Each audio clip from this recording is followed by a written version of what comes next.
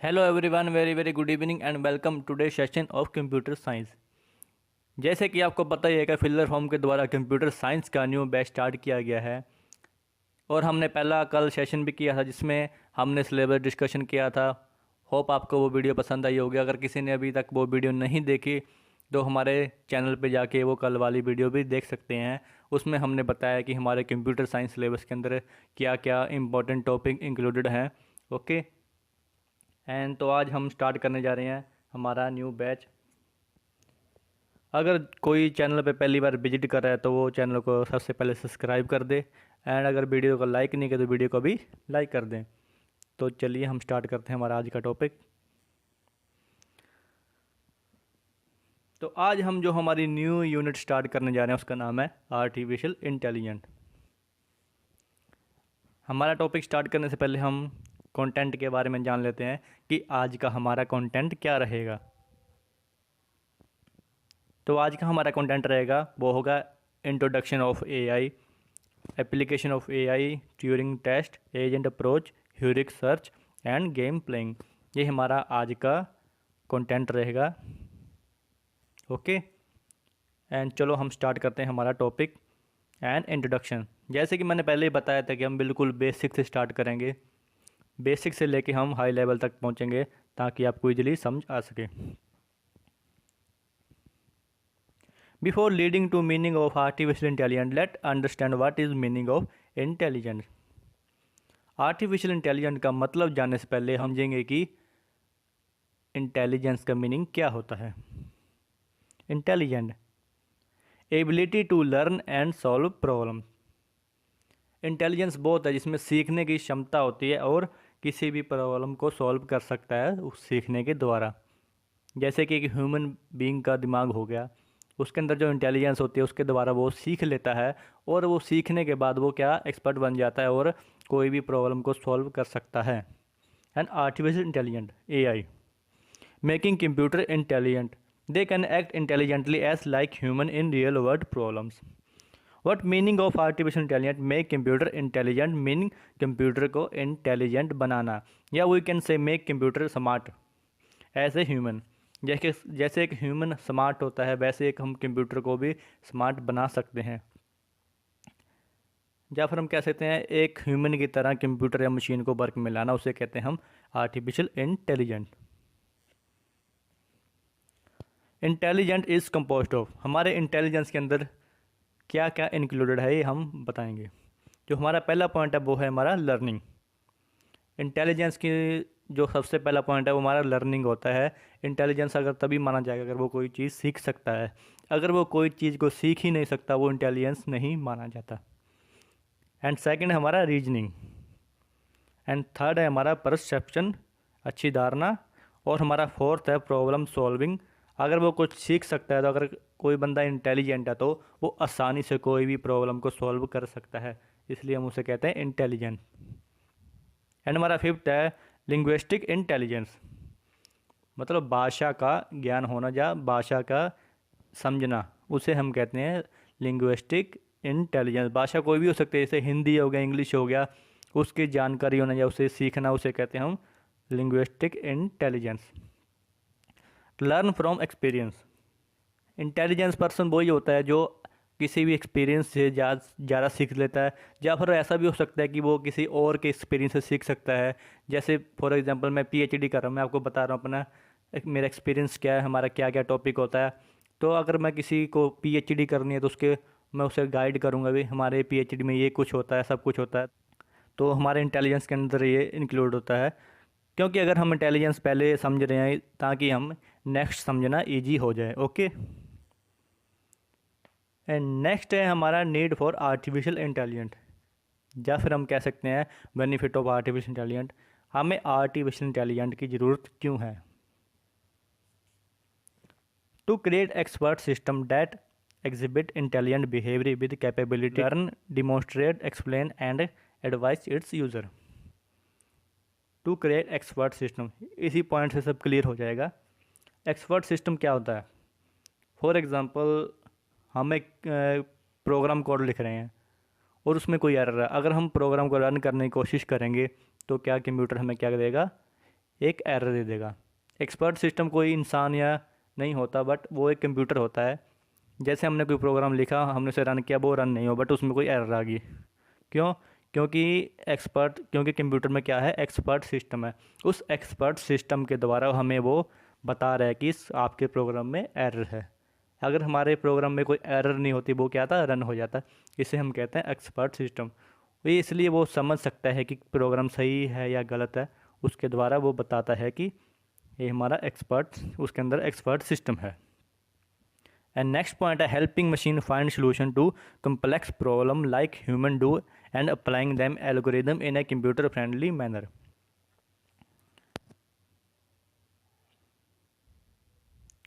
कोई भी complex problem होगी तो हमारा आर्टिफिशियल इंटेलिजेंट क्या उसे हमारा मतलब उसका सलूशन फाइंड करने में हमारी हेल्प करता है। सिंपल एग्जांपल से बात करूँ, हमारा कैलकुलेटर हो गया।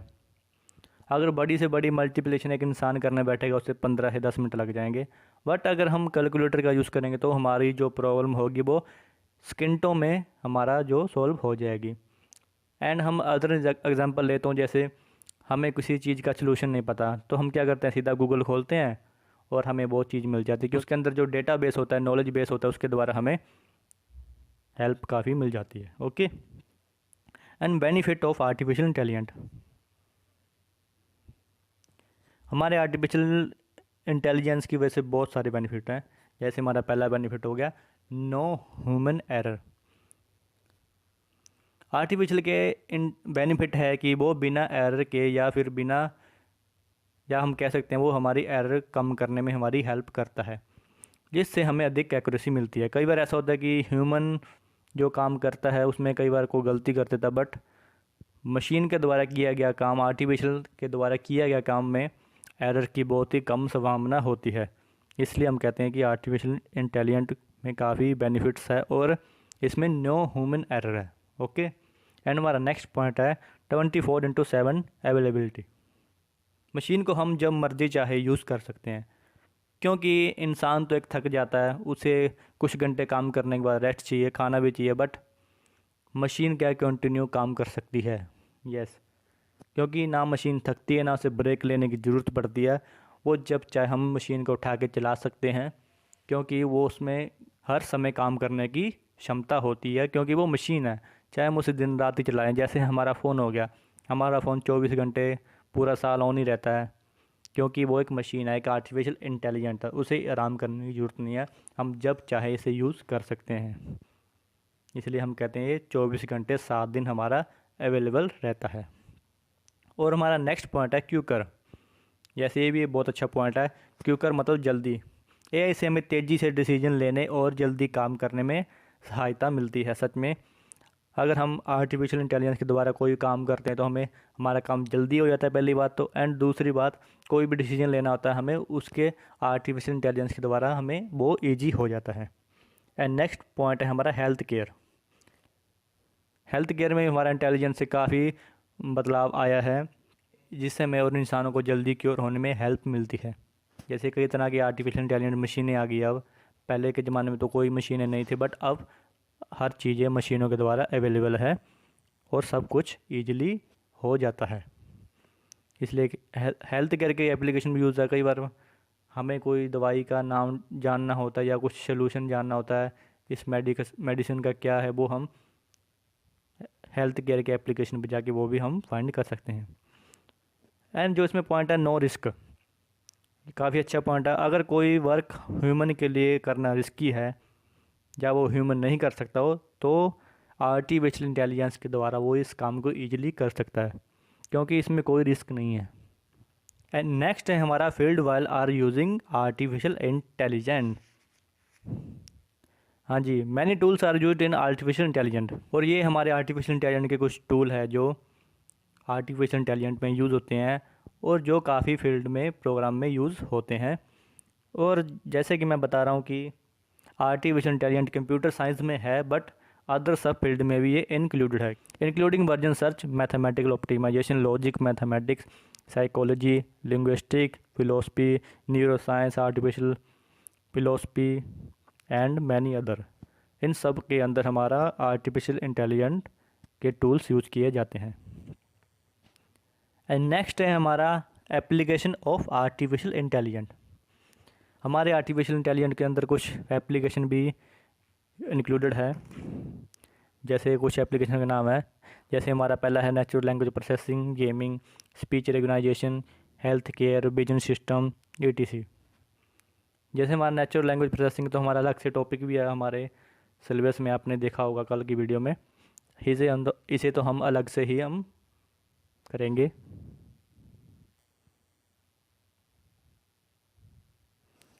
आर्टिफिशियल इंटेलिजेंट, जैसे मैंने पहले बताया कि हमारा आर्टिफिशियल इंटेलिजेंट ओनली कंप्यूटर में नहीं है, इन सब फील्ड में यूज़ किया। जैसे हेल्थ केयर हो गया, ट्रांसपोर्ट हो गया, एग्रीकल्चर हो गया, एजुकेशन हो गया, ई कॉमर्स हो गया, एंटरटेनमेंट हो गया, डाटा सिक्योरिटी हो गया, सोशल मीडिया हो गया, इन सब के अंदर हमारा आर्टिफिशियल इंटेलिजेंट यूज़ होता है। एंड नेक्स्ट टॉपिक है हमारा वाई आर्टिफिशियल इंटेलिजेंट, या कह सकते हैं why artificial intelligent is important. हमारे लिए आर्टिफिशियल इंटेलिजेंट क्यों ज़रूरी है। With the help of artificial intelligence, you can create such software or device which can solve real-world problems very easily and with accuracy, such as health issue, marketing, traffic issue, etc. Artificial intelligence के द्वारा हमारे कई तरह के new software या device बनाए जाते हैं जो हमारी काफ़ी प्रॉब्लम सॉल्व करने में हमारी हेल्प करते हैं।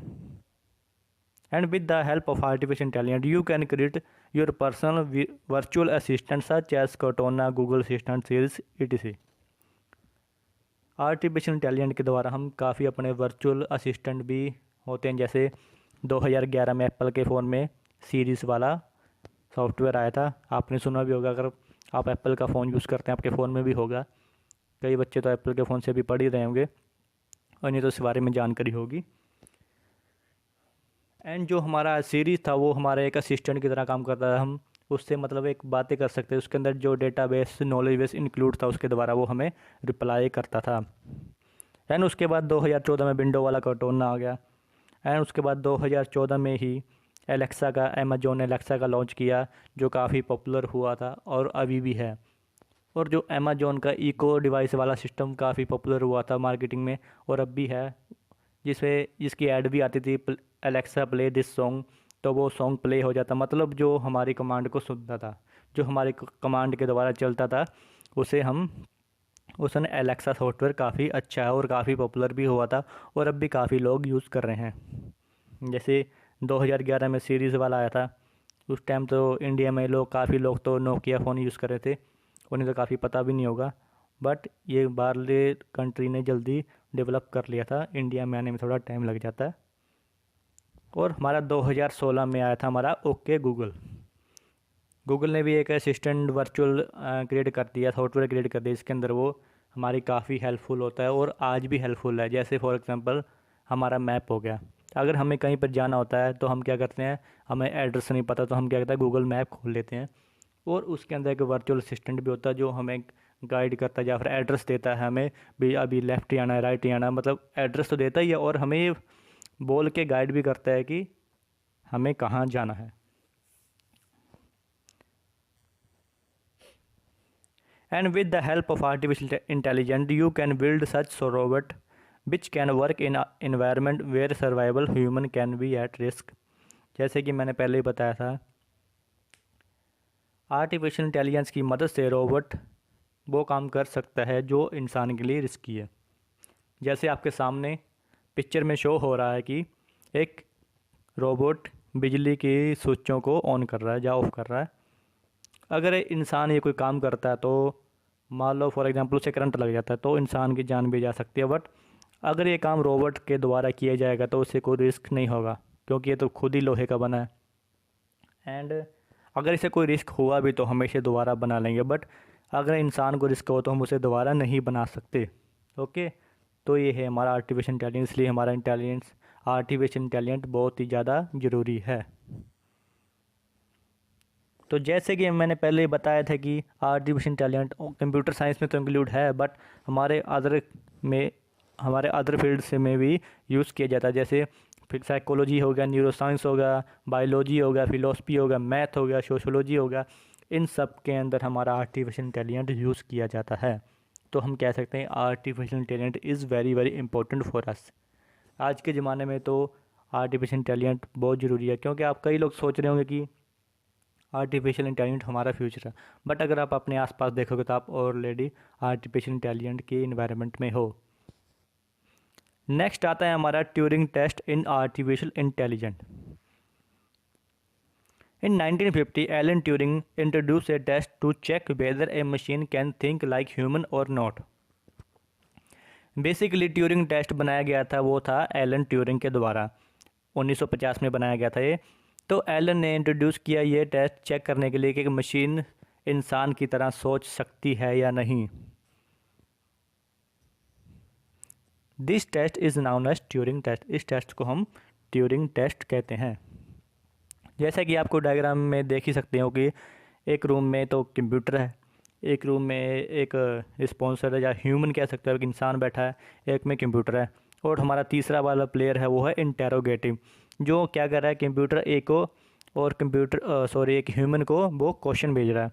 जो हमारा इंटेरोगेटर दोनों को सेम क्वेश्चन भेजेगा। जैसे फॉर एग्जांपल इंटेरोगेटर ने भेजा कि व्हाट इज़ कंप्यूटर, तो कंप्यूटर से जवाब आया कि computer is an electronic device, and human से भी सेम रिप्लाई आया, computer is an electronic device.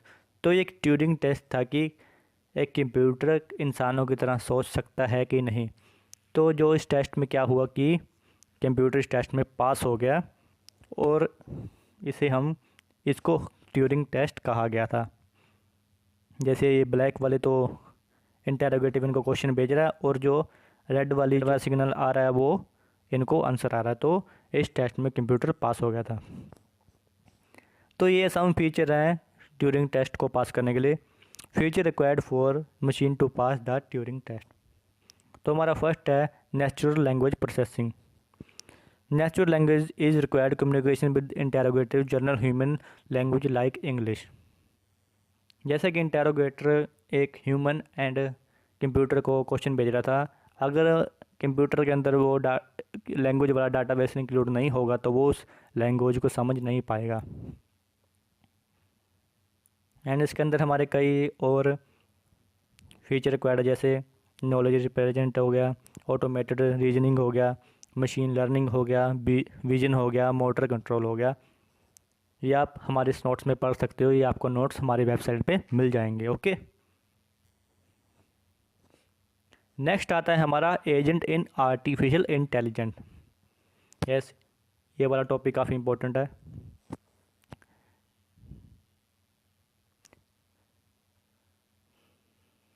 Agent में हम पढ़ेंगे कि कैसे आर्टिफिशियल इंटेलिजेंट एजेंट को बिल्ड कर सकता है।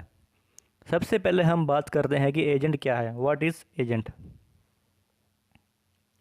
तो एजेंट कोई भी हो सकता है, जैसे एजेंट एक ह्यूमन भी हो सकता है, एजेंट रोबोट भी हो सकता है, एजेंट सॉफ्टवेयर भी हो सकता है, एजेंट कोई भी हो सकता है। जैसे हमारा human agent, a human agent has ice हो गया, ईयर्स हो गया, एंड ऑर्गन्स हो गए कई, एंड सेंसर हो गया, वो एक ह्यूमन एजेंट होगा। एंड जो हमारा रोबोटिक एजेंट होगा उसके अंदर हमारे कैमरास हो गया, इंफ्रारेड रेंज हो गया, एनएलपी हो गया, मोटर्स हो गया, वो एक रोबोटिक एजेंट माना जाएगा।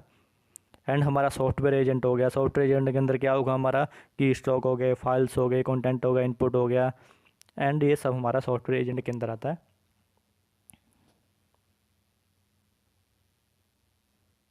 एजेंट में हमारे कई तरह के ऑपरेशन परफॉर्म होते हैं, जैसे डायग्राम में आपके सामने शो हो ही रहा है कि जैसे कि जो हमारा डायग्राम में शो हो रहा है इन्वायरमेंट है, उसे हम सेंस करते हैं या परसेप्ट करते हैं। जैसे कि ह्यूमन अपने आइज़ कान के द्वारा या नोज़ के द्वारा परसेप्ट करता है या सेंस करता है, वैसे ही इन्वायरमेंट परसेप्ट करता है। तो इन परसेप्ट्स के ऊपर वो क्या करता है कि वो एक एक्शन परफॉर्म करता है। वो पहले परसेप्ट करेगा या सेंस करेगा, उसके ऊपर फिर एक्शन लेगा। जैसे मैंने नीचे लिखा भी होगा कि जो एजेंट है वो क्या है, पहले परसेप्ट कर रहा है, डिसीजन ले रहा है, फिर उस डिसीजन लेने के बाद वो क्या एक्शन ले रहा है। वो ये सब इसलिए कर रहा है क्योंकि वो एनवायरनमेंट में कुछ चेंज करने की कोशिश कर रहा है। उसके बाद आता है हमारा रैशनल एजेंट।